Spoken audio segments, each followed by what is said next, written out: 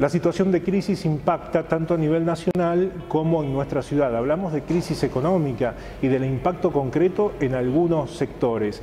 ¿Qué pasa con el dólar?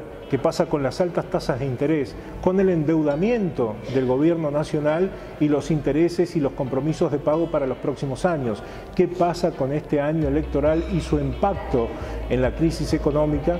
Y también la incapacidad muchas veces de los candidatos de esbozar una política económica como propuesta. De todo esto hablamos con Carlos Cravero, el doctor en Ciencias Económicas, que analizó la situación actual, el impacto concreto en San Francisco sector por sector y también qué se puede esperar hacia el año próximo. Estamos con Carlos Cravero, doctor en Ciencias Económicas, para analizar un poco la situación económica actual del país. Carlos, gracias por acompañarnos. No, por favor, gracias a ustedes. Bueno, ¿cómo describiría o cómo ve la situación económica esta de crisis y de escasa actividad o de recesión que está viviendo la Argentina? Bien, como es de público conocimiento, estamos viviendo un momento muy complicado. No es la primera vez, lamentablemente, ya que nuestro país pareciera, sobre todo los que tenemos algunos años, que siempre nos ha tocado vivir algunas circunstancias como esta. Siempre parece que la última es la más complicada de todas, ¿no? Hasta que aparece un nuevo problema. Aquí estamos viviendo un momento con mucha dificultad. ¿Por qué? Porque se han complicado una serie de cosas y se está recurriendo a una especie de alquimia financiera para poder sobrellevarla. Es decir, el gobierno tiene como meta que el país no tenga déficit fiscal, lo cual me parece muy loable y es lo normal en cualquier país del mundo que quiera funcionar. Es parte de la meta que le ha puesto el FMI también, ¿no? Exactamente, pero no le ha puesto algo ilusorio, sino que es algo que es normal. Es como en una familia que siempre gaste más de lo que gana. Claro. Entonces nuestro país en esto viene realizándolo siempre con déficit fiscal. Entonces, en los últimos tiempos ha tratado de que esto no ocurra, lo que se llama el déficit fiscal primario, los gastos menos los ingresos genuinos, con el agravante de que para soportar este problema hemos recurrido a créditos externos, tampoco es una novedad. Entonces la carga de intereses es muy importante, si bien no los pagamos, se van acumulando como deuda y en definitiva el déficit existe. No es el primario de gasto menos ingresos, pero es como, vuelvo a la familia, claro, que gasta menos de lo que ingresa, pero tiene que pagarle intereses al banco y tampoco se los paga. O sea, claro, esa es nuestra situación. ¿Qué ocurre? Que como consecuencia de todo esto, nosotros los argentinos no le tenemos más confianza a nuestra moneda. O sea, no existe nuestra moneda. Entonces, ¿qué hacemos? Los que pueden van con los poquitos pesos que tienen, compran dólares. Entonces, esto hace que el dólar se vaya para arriba. Entonces, el gobierno, ¿qué es lo que ha hecho? Lo que yo decía recién, toda una alquimia financiera que a través de las tasas de interés, de la sube de tasas de interés, quiere tratar de disuadir de esa compra de dólares para que el precio no se vaya para arriba. Y bueno, ha logrado una paz cambiaria, como ellos le dicen. Pero eso tiene su costo. Su costo, ¿no? Y lo estamos viviendo acá, porque eso influye directamente en la actividad productiva. Es decir, en un país normal, civilizado, las empresas utilizan el crédito. No porque gasten más de lo que les ingresa, sino que para los planes de expansión, para el funcionamiento, para el financiamiento de su actividad, necesitan el crédito. Y es un indicador importante que uno en cualquier economía lo ve, donde la gente accede al crédito. Desde el individuo para comprar su casa o comprar su auto, hasta la empresa para financiar sus planes de expansión. Eso hoy es tremendo hacerlo acá. ¿Por qué? Porque con una tasa del 70%, la inflación está bajando, el dólar está bajo, las empresas que quieren exportar tienen el dólar bajo, o sea, estamos en una situación complicada. Es decir, se ha logrado esa paz cambiaria, que algunos le ponen la X en lugar del paz con Z, sino la paz cambiaria, para tratar de que ese permanente aumento del dólar no impacte psicológicamente en los precios, pero a un costo elevado como es de la elevada tasa de interés y de la recesión que estamos viviendo. O sea, es un momento sumamente complicado. Si a eso le agregamos que hay un periodo eleccionario que estamos viviendo, a pesar de que las elecciones son por allá a fin de año, pero ya empezaron elecciones provinciales, que las paso, que no las paso, no sabemos si va a ocurrir. Entonces todo eso es un condimento muy importante. A mí cuando me hacían una nota hacia fines del año pasado, principio de este año, yo le decía que a mí, además de la situación, me preocupaba el tema eleccionario, porque nuestros políticos lamentablemente no se privan de nada cuando llega el momento de las elecciones. Entonces a mí me preocupaba eso por la influencia que iba a tener en el déficit fiscal y en todo lo que iba a venir después, ¿no? Seguramente. ¿Y qué es lo que se puede esperar? Yo creo que de acá a fin de año va a seguir este tema con un dólar que, si no ocurre nada importante, se va a mantener en estos niveles. El nivel inflacionario tendría que mantenerse en esto, no en aumentar, sino en mantenerse. Los otros días, como una gran conquista, dijimos, el índice de precios fue menor que el del mes anterior, pero el índice de precios del último mes es lo que tienen los otros países en un año. En un año, claro, sigue siendo altísimo. Y los preocupa.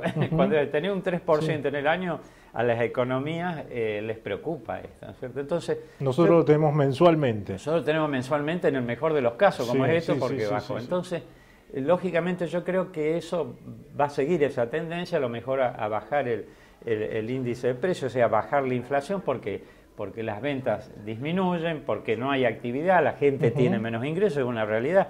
Estamos viviendo un marco de despidos, suspensiones, en fin, de reducción. ¿Se ve eso también en la ciudad? ¿Se está viendo fuerte se eso? ve también en la ciudad.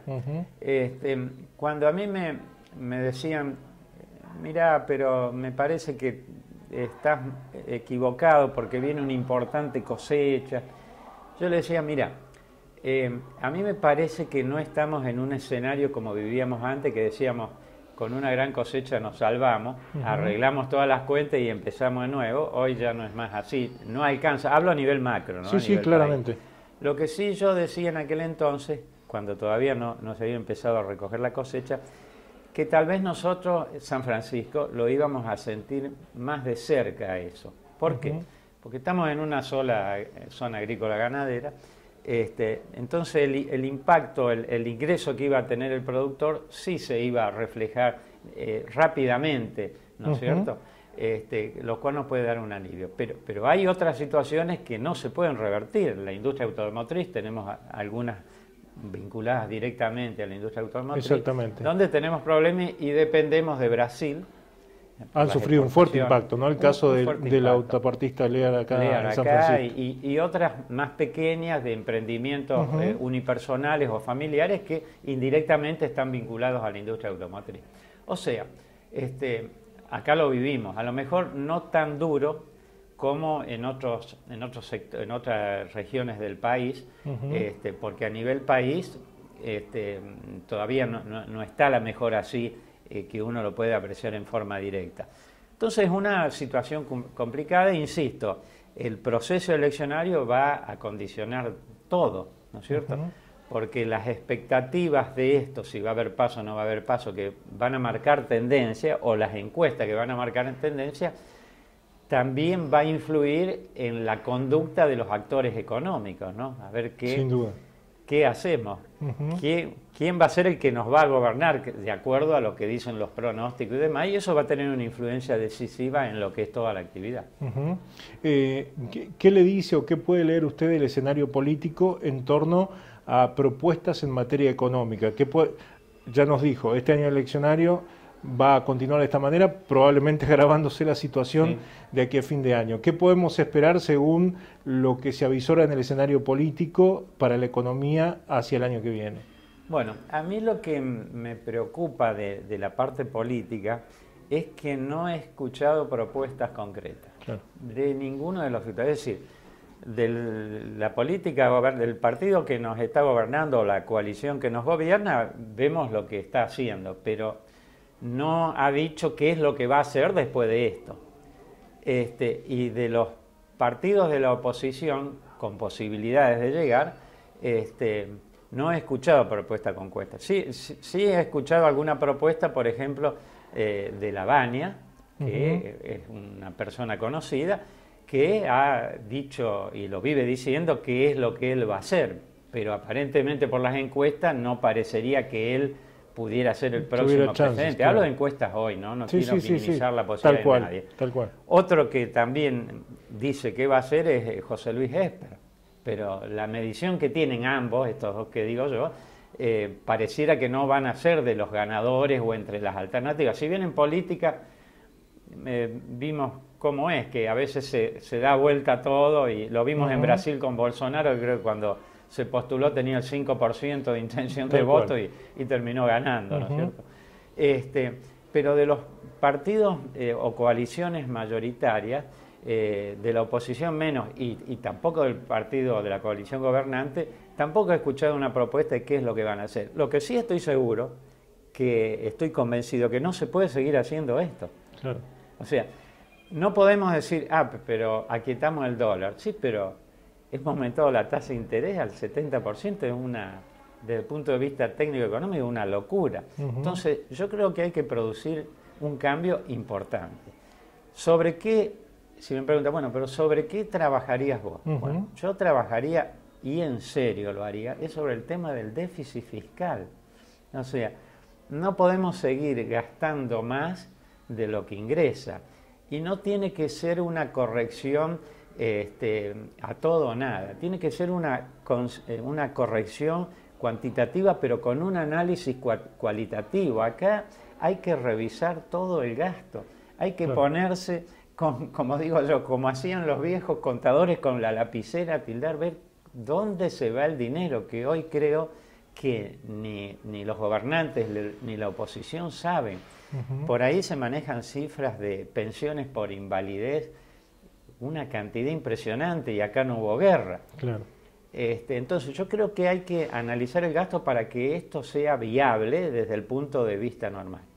Y por otro lado, gane quien gane las elecciones, ya tiene que estar pensando en una renegociación de la deuda externa, porque se vienen los compromisos. Se vienen los compromisos para el 2020 y para el 2021, para los cuales la Argentina no está capacitada ni ha generado ni va a generar los recursos para poder pagarlo. Entonces, el que sea, eso ya se sabe que es inevitable. Va a tener que ir sí o sí Argentina a una renegociación. Y negociar. A mí no me preocupa que sea el fondo quien sea. Por lo menos yo creo que si tenemos un acreedor importante y grande, es más fácil de negociar que estar negociando individualmente con tantos privados, como está ocurriendo ahora, que nos están apareciendo deuda externa impaga por todos lados y hay que ir punto por punto a arreglar, ¿no es cierto?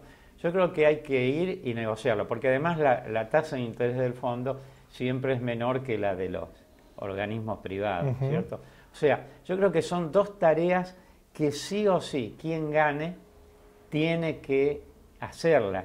Y sobre eso me gustaría escuchar propuestas, que hoy no las escuché, de ninguno de los sectores, lo cual me preocupa. Sí de estos dos que yo menciono, que aparentemente y hoy los porcentajes que le dan las encuestas no serían los posibles ganadores, o que en el caso que de haber una segunda vuelta, que estuvieran ahí, ¿cierto?